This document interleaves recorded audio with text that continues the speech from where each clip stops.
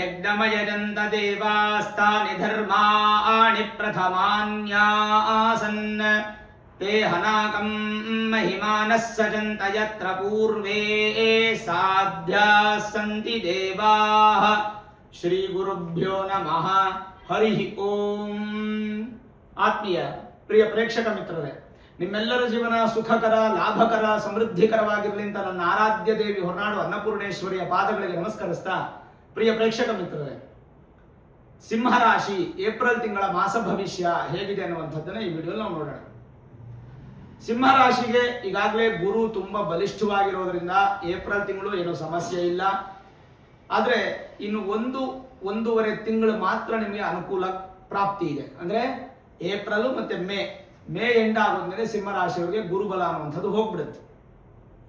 ಬಹಳ ಎಚ್ಚರಿಕೆ ಇರಬೇಕಾಗಿರ್ತಕ್ಕಂಥ ವಿಚಾರ ಏನಂತಂದ್ರೆ, ಏಪ್ರಿಲ್ ಮತ್ತೆ ಮೇ ತಿಂಗಳು ಎರಡೂ ಕೂಡ ನಿಮಗೆ ತುಂಬಾ ಚೆನ್ನಾಗಿರೋದ್ರಿಂದ ಸಾಧ್ಯವಾದಷ್ಟು ಈ ಏಪ್ರಿಲ್ ತಿಂಗಳಲ್ಲಿ ಸೂರ್ಯನು ಉಚ್ಚ ಸ್ಥಾನಕ್ಕೆ ಬರೋದ್ರಿಂದ ಒಂದು ಸ್ವಲ್ಪ ಫಿನಾನ್ಷಿಯಲ್ ಅಕ್ಯುಮುಲೇಷನ್ ಮಾಡಿ ಇಟ್ಕೊಳ್ಬೇಕು ನೀವು. ಯಾಕಂದ್ರೆ ಮುಂದೆ ಗುರುಬಲ ಅನ್ನುವಂಥದ್ದು ಇಲ್ಲದೆ ಇದ್ರೆ ಸ್ವಲ್ಪ ಹಣದ ಅಡಚಣೆಗಳು ಅನ್ನುವಂಥದ್ದು ಆಗುವಂಥದ್ದು ಸಹಜವಾಗಿರುತ್ತೆ ನಿಮಗೆ. ಆ ಹಣದ ಅಡಚಣೆಗಳು ಆಗಬಾರದು ಅಂತಂದ್ರೆ ಇವತ್ತಿನಿಂದಲೇ, ಅಂದ್ರೆ ಈ ತಿಂಗಳಿಂದಲೇ ಸ್ವಲ್ಪ ನೀವು ಫ್ಯೂಚರ್ ಬಗ್ಗೆ, ಮುಂದಿನ ತಿಂಗಳ ಬಗ್ಗೆ ಸ್ವಲ್ಪ ಆಲೋಚನೆ ಮಾಡಬೇಕಾಗುತ್ತೆ. ಪ್ರಸ್ತುತ ಅಂತೂ ಏಪ್ರಿಲ್ ತಿಂಗಳಲ್ಲಿ ಗುರು ಬಲಿಷ್ಠವಾಗಿರೋದ್ರಿಂದ, ಲಾಭ ಸ್ಥಾನದಲ್ಲಿರೋದ್ರಿಂದ, ಪೂರ್ವ ಪುಣ್ಯ ಸ್ಥಾನಾಧಿಪತಿ ಹಾಗೂ ಅಷ್ಟಮ ಸ್ಥಾನಾಧಿಪತಿ ಅಂತ ಗುರು ಲಾಭದಲ್ಲಿರೋದ್ರಿಂದ ಅದೃಷ್ಟಗಳು ಹಾಗೂ ಸಂತಾನ ಅಪೇಕ್ಷಿತ ದಂಪತಿಗಳಿಗೆ ಶುಭ ಫಲ, ಆಮೇಲೆ ಹಿರಿಯರಿಗೆ ಸಂಬಂಧಪಟ್ಟಂತಹ ಸಮಸ್ಯೆಗಳು ದೂರ ಆಗುವಂಥದ್ದು, ಕೋರ್ಟ್ ಕಚೇರಿ ಸಮಸ್ಯೆಗಳಲ್ಲಿ ನಿಮಗೆ ಜಯಪ್ರಾಪ್ತಿ ಆಗುವಂಥದ್ದು, ದಾಯಾದಿಗಳ ಕಲಹಗಳು ದೂರವಾಗಿ ಈ ಭೂಮಿ ಸಂಬಂಧಪಟ್ಟದ್ದು, ಪಿತ್ರಾರ್ಜಿತ ಆಸ್ತಿ ಸಂಬಂಧಪಟ್ಟಂತ ವಿಚಾರದಲ್ಲಿ ಅನುಕೂಲಗಳು ಆಗುತ್ತೆ. ಸಾಧ್ಯವಾದಷ್ಟು ಸ್ವಲ್ಪ ಸ್ಪೀಡಪ್ ಮಾಡಿ, ಏನಾದರೂ ಒಂಚೂರು ಕಾಂಪ್ರಮೈಸ್ ಆಗೋದನ್ನ ಅಭ್ಯಾಸ ಮಾಡಿಕೊಂಡು 2 ತಿಂಗಳಲ್ಲಿ ನಿಮ್ಮ ಕೆಲಸನ ಮುಗಿಸ್ಕೊಳ್ಳಿ. ಅದರಲ್ಲೂ ಏಪ್ರಿಲ್ ತಿಂಗಳು ತುಂಬಾನೇ ವಿಶೇಷವಾಗಿರುತ್ತೆ ಸಿಂಹರಾಶಿಯವರಿಗೆ. ಇನ್ನು ಅಷ್ಟಮ ಶನಿ ಪ್ರಭಾವ ಇದು ನಡೀತಾ ಇದೆ ನಿರಂತರವಾಗಿ. ನಾನು ಅದನ್ನೇ ನಿಮ್ಗೆ ಹೇಳ್ತಾ ಇರೋದು ಎಚ್ಚರಿಕೆ ಗಂಟೆ. ಯಾಕೆಂತಂದ್ರೆ ಮೇ ತಿಂಗಳು ಎಂಡ್ ಆಗ್ಬಿಡ್ತು ಅಂತಂದ್ರೆ ಜೂನ್ ಇಂದ ಗುರುಬಲ ಇರಲ್ಲ. ಒಂದ್ ಕಡೆ ಅಷ್ಟಮ ಶನಿ ಪ್ರಭಾವನೂ ಇರುತ್ತೆ, ಇನ್ನೊಂದ್ ಕಡೆ ಗುರುಬಲನೂ ಇರಲ್ಲ. ಸಿಂಹ ರಾಶಿಯವರು ವೀಕ್ ಆಗ್ತೀರಾ. ಹಾಗಾಗಿ ಸಾಧ್ಯವಾದಷ್ಟು 2 ತಿಂಗಳು ಸ್ವಲ್ಪ ಹುಷಾರಾಗಿರ್ಬೇಕು. ಅಷ್ಟಮ ಶನಿ ಪ್ರಭಾವಕ್ಕೆ ಪ್ರತಿ ತಿಂಗಳು ಹೇಳದಂತೆ ಈ ತಿಂಗಳು ಕೂಡ ಅದನ್ನೇ ಹೇಳ್ತೀನಿ. ಪ್ರತಿ ಶನಿವಾರ ಶಿವನ ದೇವಸ್ಥಾನಕ್ಕೆ ಅಥವಾ ಶನೇಶ್ವರನ ದೇವಸ್ಥಾನಕ್ಕೆ ದರ್ಶನ ಮಾಡಿ. ಇಲ್ಲ ಸೋಮವಾರ ಶಿವನ ದೇವಸ್ಥಾನಕ್ಕೆ ದರ್ಶನ ಮಾಡಿದ್ರಾಯ್ತು, ಅಥವಾ ಶನಿವಾರ ಶನೀಶ್ವರನ ದೇವಸ್ಥಾನಕ್ಕೆ ದರ್ಶನ ಮಾಡಿದ್ರಾಯ್ತು. ಒಟ್ಟು ದರ್ಶನ ಮಾಡಿ ಭಗವಂತರಿಗೆ ನೀವು ಒಂದು ಸ್ವಲ್ಪ ನಿಮ್ಮ ಒಂದು ನಮಸ್ಕಾರವನ್ನ ಆ ಸ್ವಾಮಿಗೆ ಸಮರ್ಪಣೆ ಮಾಡಿ. ತನ್ಮೂಲಕ ಅಷ್ಟಮ ಶನಿ ಪ್ರಭಾವ ಅನ್ನುವಂಥದ್ದು ಕಡಿಮೆ ಆಗುತ್ತೆ. 0 ಅಂತೂ ಆಗೋದಿಲ್ಲ, ಕಡಿಮೆ ಆಗುತ್ತೆ. ಹಾಗಾಗಿ ಸ್ವಲ್ಪ ಜಾಗ್ರತೆ ವಹಿಸ್ತಕ್ಕಂಥದ್ದು ಒಳ್ಳೆಯದು. ಇನ್ನು ಸಿಂಹರಾಶಿಯವರಿಗೆ ಬಹಳ ಮುಖ್ಯವಾಗಿ ಏನಪ್ಪಾ ಅಂತಂದ್ರೆ ಕುಜನ ಬದಲಾವಣೆ. 3ನೇ ತಾರೀಕು ಏಪ್ರಿಲ್ ತಿಂಗಳು 2026 ಕುಜ ವಿಶೇಷವಾಗಿ ಅಷ್ಟಮ ಸ್ಥಾನಕ್ಕೆ ಬರ್ತಾರೆ.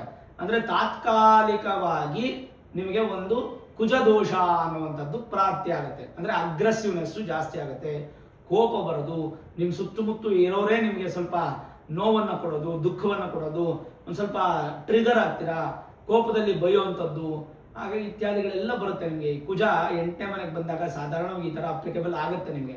ಹೆಣ್ಣು ಮಕ್ಕಳಾಗ್ಲಿ ಗಂಡು ಮಕ್ಕಳಾಗ್ಲಿ ಸ್ವಲ್ಪ ಅಗ್ರೆಸಿವ್ನೆಸ್ಸು, ಕೋಪ ಜಾಸ್ತಿ ಇರುವಂಥದ್ದು.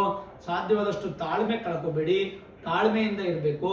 ಸಾಧ್ಯವಾದ್ರೆ ಕುಜನಿಗೆ ಸಂಬಂಧಪಟ್ಟ ಹಾಗೆ ನೀವು ಒಂದು ಸುಬ್ರಹ್ಮಣ್ಯನ ದರ್ಶನ ಮಾಡುವಂಥದ್ದು, ಒಂದು ಭಸ್ಮಾರ್ಚನೆ, ಅಂದ್ರೆ ಏಪ್ರಿಲ್ 1ನೇ ತಾರೀಕಿಗೆ ವಿಭೂತಿಯಿಂದ ಒಂದು ಅರ್ಚನೆ ಮಾಡಿಸ್ಬಿಡಿ ಸುಬ್ರಹ್ಮಣ್ಯನ ದೇವಸ್ಥಾನದಲ್ಲಿ. ಅದನ್ನು ಪ್ರಸಾದವಾಗಿ ಕೊಡ್ತಾರೆ, ಅದನ್ನು ತಗೊಂಡು ಮನೇಲಿ ಇಟ್ಕೊಂಡು ಇಡೀ ಪೂರ್ತಿ ಅಂದ್ರೆ ಏಪ್ರಿಲ್ ತಿಂಗಳು ಪೂರ್ತಿಯಾಗಿ ಪ್ರತಿದಿನ ಭಸ್ಮವನ್ನು ಹಚ್ಕೊಳ್ಳಿ. ಯಾವುದೇ ಕೋಪ ಬರುವಂತಹ ಸಂಗತಿಗಳಿದ್ರೂ ಕೂಡ ಸ್ವಲ್ಪ ಮಟ್ಟಿಗೆ ನೀವೇ ಅದನ್ನ ಬ್ಯಾಲೆನ್ಸ್ ಮಾಡಿ. ಯಾಕೆಂದ್ರೆ ನಮಗೆ ಭಾಗ್ಯ ಸ್ಥಾನಾಧಿಪತಿ ಅಷ್ಟಮದಲ್ಲಿರೋದು, ಚತುರ್ಥ ಸ್ಥಾನಾಧಿಪತಿ ಅಷ್ಟಮದಲ್ಲಿರೋದು. ತನ್ಮೂಲಕ ಏಪ್ರಿಲ್ ತಿಂಗಳಲ್ಲಿ ಸಿಂಹರಾಶಿಯವರಿಗೆ ವಾಹನದಿಂದ ಸ್ವಲ್ಪ ತೊಂದರೆಗಳಾಗ್ಬೋದು. ಆಮೇಲೆ ಸ್ವಲ್ಪ ಮಾತೃಕೋಪ, ತಾಯಿ ಮಗಳ ಮತ್ತೆ ಜಗಳಗಳಾಗ್ಬೋದು.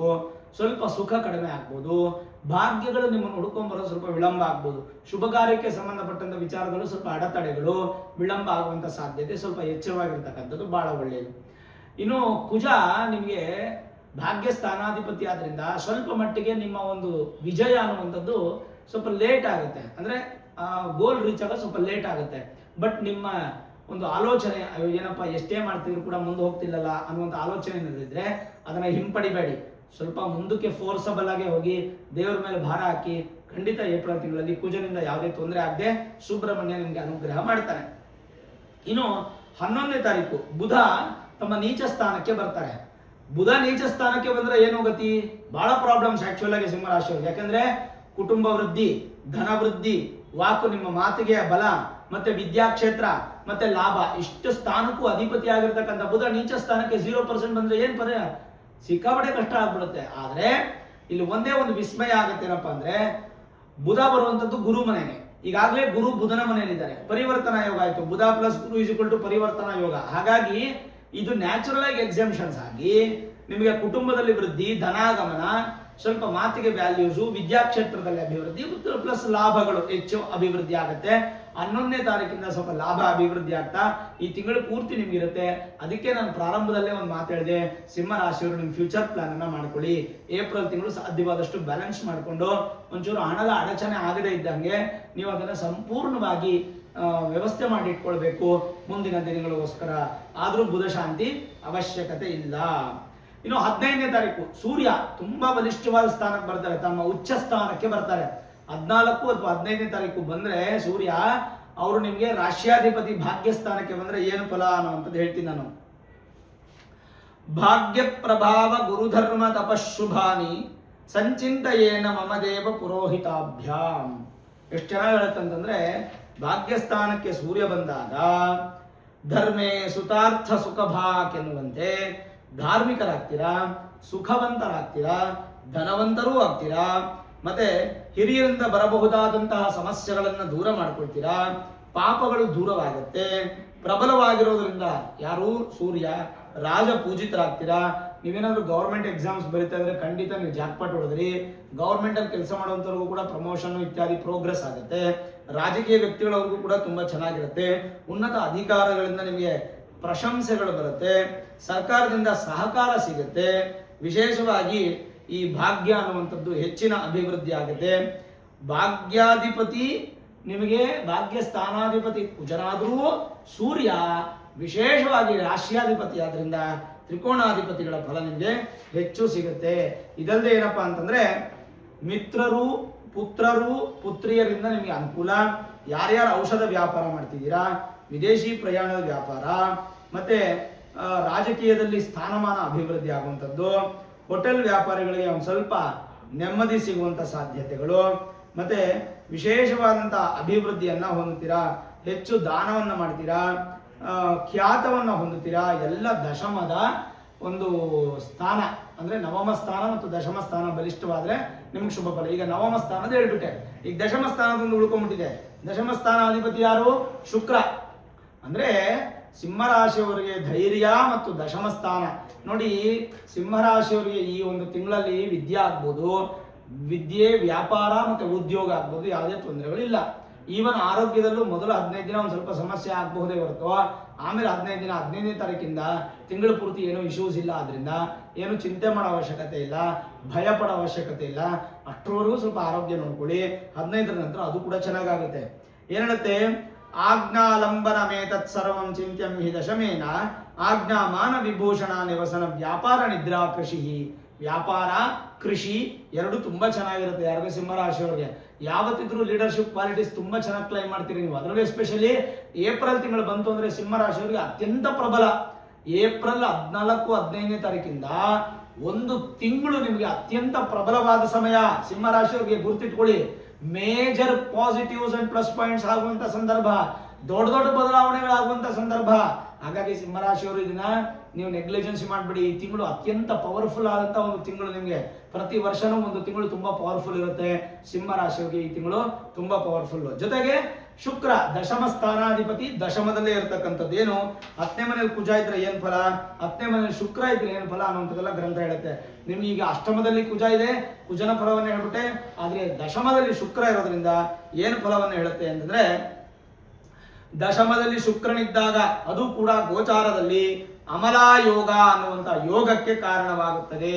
ದಶಮದ ಬಲಿಷ್ಠನು. ಮತ್ತೆ ಕಾವ್ಯ, ನಾಟಕ, ಸಂಗೀತ ಕ್ಷೇತ್ರದಲ್ಲಿ ಪ್ರಸಿದ್ಧಿ, ಚಲನಚಿತ್ರ, ಕಿರುತೆರೆಗಳು ಕಲಾವಿದರಿಗೂ ಜಾನಪದ ಕಲಾವಿದರಿಗೂ ದಶಮದ ಬಲಿಷ್ಠ ಶುಕ್ರನು ಸಂಪತ್ತನೀಯನಾಗಿರ್ತಾನೆ. ಸೌಂದರ್ಯ ಉಪಕರಣ ಹಾಗೂ ಕಾಮೋತ್ತೇಜದ ಉಪಕರಣಗಳಿಗೆ ಶುಕ್ರನೇ ಕಾರಣ. ಮತ್ತೆ ಪ್ರಸೂತಿ ಅಂದರೆ ಹಾಸ್ಪಿಟಲ್ಸು, ಗೈನಕಾಲಜಿಸ್ಟು, ಯಾರ್ಯಾರು ಗರ್ಭಿಣಿ ಇದ್ದೀರಾ, ಯಾರ್ಯಾರು ಬಾಣಂತಿ ಇದ್ದೀರಾ ಅವ್ರಿಗೆಲ್ಲ ಶುಕ್ರನ ಪ್ರಾಬಲ್ಯ ಪುಷ್ಟಿ ಕೊಡುತ್ತೆ, ಅಂದರೆ ಬಲ ಕೊಡುತ್ತೆ. ಸ್ತ್ರೀಯರಿಂದಲೂ ಸಂಪತ್ತು ಪ್ರಾಪ್ತಿಯಾಗುತ್ತೆ. ಹೆಂಡತಿಯ ಮನೆ ಆಸ್ತಿ ಕೈ ಸೇರುವಂಥ ಸಾಧ್ಯತೆ. ಹೆಚ್ಚು ಅಮ್ಮನವ್ರನ್ನ ಆರಾಧನೆ ಮಾಡೋದ್ರಿಂದ ಇನ್ನಷ್ಟು ಧನಾಗಮ ಪ್ರಾಪ್ತಿ. ರಸ ಪದಾರ್ಥಗಳು ವಿಕ್ರಯ, ಅಂದರೆ ನೀವು ಸೇಲ್ಸ್ ಅಂಡ್ ಸರ್ವಿಸ್ ಅಲ್ಲ, ಅದು ರಿಟೇಕು.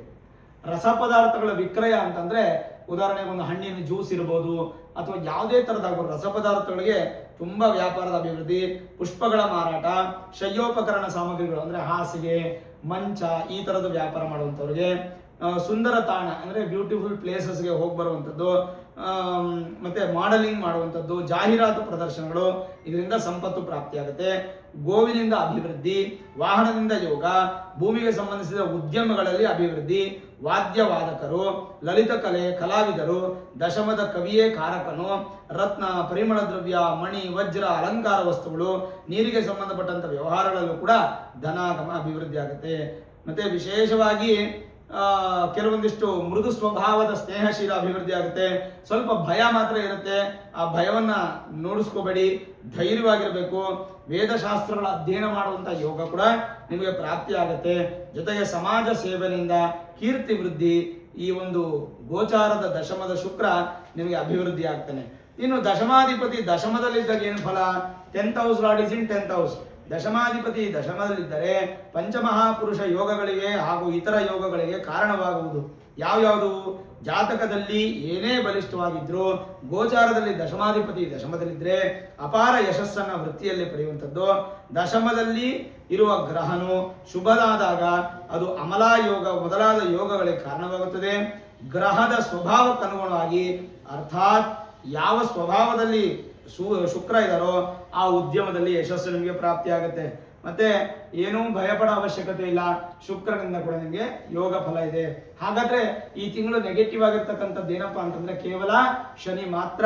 ಹಾಗಾಗಿ ಶನಿಗೆ ನೀವು ದರ್ಶನ ಮಾಡಿ. ಈವನ್ ಕುಜನು ನಿಮ್ಗೆ ನೆಗೆಟಿವ್ ಅಲ್ಲ, ಅವರು ಮಿತ್ರನ ಮನೆಗೆ ಬರೋದು, ಆದ್ರೂ ಅಷ್ಟಮ ಸ್ಥಾನ ಆದ್ರಿಂದ ಸ್ವಲ್ಪ ಅಗ್ರೆಸಿವ್ನೆಸ್ ಅನ್ನುವಂಥದ್ದು ಬರುತ್ತೆ ಅನ್ನೋದ್ರಿಂದ ನಾನು ಹೇಳಿದೆ ಅಷ್ಟೇ. ಬಿಟ್ರೆ ಕುಜನಿಗೆ ಏನು ಸಣ್ಣ ಪರಿಹಾರ, ಸುಬ್ರಹ್ಮಣ್ಯನಿಗೆ ಭಸ್ಮಾರ್ಚನೆ, ಆ ಭಸ್ಮಧಾರಣೆ ಪ್ರತಿನಿತ್ಯ, ಶನೇಶ್ವರನ ದೇವಸ್ಥಾನ ದರ್ಶನ ಬಿಟ್ರೆ ಇನ್ನೇನೋ ಅವಶ್ಯಕತೆ ಅಂತೂ ಖಂಡಿತ ಇಲ್ಲ. ಸರಿ, ಹಾಗಾದ್ರೆ ಸಿಂಹರಾಶಿಯವರಿಗೇನೋ ಈಗ ಸದ್ಯಕ್ಕೆ ಗುರುಬಲ ಇದೆ. ಏಪ್ರಿಲ್ ತಿಂಗಳ ಮಾಸ ಭವಿಷ್ಯ ಮಾಡ್ತಾ ಇದ್ದೀನಿ, ಗುರುಬಲ ಇದೆ. ಮೇ ತಿಂಗಳು ಗುರುಬಲ ಇರುತ್ತೆ. ಜೂನ್ ಇಂದ ಏನ್ ಮಾಡ್ತೀರಾ? ಗುರುಬಲ ಇರೋದಿಲ್ಲ. ಹಾಗಾಗಿ ಜೂನ್ 2ನೇ ತಾರೀಕು ಗುರು ತಮ್ಮ ಸ್ಥಾನವನ್ನು ಬದಲಾವಣೆ ಮಾಡಿ ಸಿಂಹ ರಾಶಿಯವರಿಗೆ 12ನೇ ಮನೆಗೆ ಬಂದು ಹೌಸ್ ಆಫ್ ಲಾಸ್, ನಷ್ಟ ಸ್ಥಾನ, ವ್ಯಯಸ್ಥಾನಕ್ಕೆ ಬರ್ತಾ ಇದ್ದಾರೆ. ವ್ಯಯಸ್ಥಾನಕ್ಕೆ ಗುರು ಬಂದಾಗ ಏನಾಗುತ್ತೆ? ಸಾಧಾರಣವಾಗಿ ವ್ಯಯ ಆಗುತ್ತೆ, ಖರ್ಚಾಗುತ್ತೆ, ವೇಸ್ಟ್ ಆಗುತ್ತೆ, ಸಕ್ಸಸ್ ಆಗಲ್ಲ, ಸ್ವಲ್ಪ ಫೇಲ್ಯೂರ್ಸ್ ಆಗುತ್ತೆ ಅಂತ ಹೇಳ್ತೀವಿ. ಹಾಗಾಗಿ ಜೂನ್ 2ನೇ ತಾರೀಕು ನಿಮ್ಮ ಊರು ಸುತ್ತಮುತ್ತ ಮಠ ಮಂದಿರಗಳೆಲ್ಲರೂ ಕೂಡ ಗುರುಶಾಂತಿ ಮಹಾಯಾಗವನ್ನ ಮಾಡ್ತಾ ಇರ್ತಾರೆ.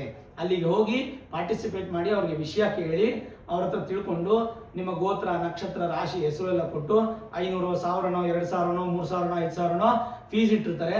ಆ ಫೀಸನ್ನ ದಕ್ಷಿಣೆನ ಕೊಟ್ಟು ಅವತ್ತಿನ ದಿನ ಸಂಕಲ್ಪ ಮಾಡಿಸಿ ಪೂಜೆ ಮಾಡಿಸ್ಕೊಳ್ಳಿ. ಇದು ಮ್ಯಾಂಡೇಟ್ರಿ. ನಿಮಗೆ ಎಲ್ಲೂ ನಿಮ್ಗೆ ಅನುಕೂಲ ಆಗಿಲ್ವಾ? ನಾನು ನಿಮ್ಮ ಸಹಕಾರದೊಂದಿಗೆ 1 ಲಕ್ಷ ಸ್ವಾಹಕಾರದ ಗುರುಶಾಂತಿ ಮಹಾಯಾಗವನ್ನ ಮಾಡ್ತಾ ಇದ್ದೇನೆ. ಈ ಯಾಗಕ್ಕೆ ನೀವು ಪಾರ್ಟಿಸಿಪೇಟ್ ಮಾಡಬೇಕು ಅಂದರೆ 8431384001 ಅನ್ನುವಂಥ ನಂಬರ್ಗೆ ನೀವು ಫೋನ್ ಮಾಡಿದ್ರೆ ಖಂಡಿತವಾಗ್ಲೂ ಆ ಫೋನ್ ನಂಬರ್ಗೆ ನೀವು ಮಾಡಿದ ತಕ್ಷಣ ರಿಸೀವ್ ಮಾಡಿ ನಿಮ್ಗೆಲ್ಲ ಡೀಟೇಲ್ಸನ್ನು ಕೊಡ್ತಾರೆ, ವಾಟ್ಸಪ್ ಮುಖಾಂತರ ಕಳಿಸ್ತಾರೆ.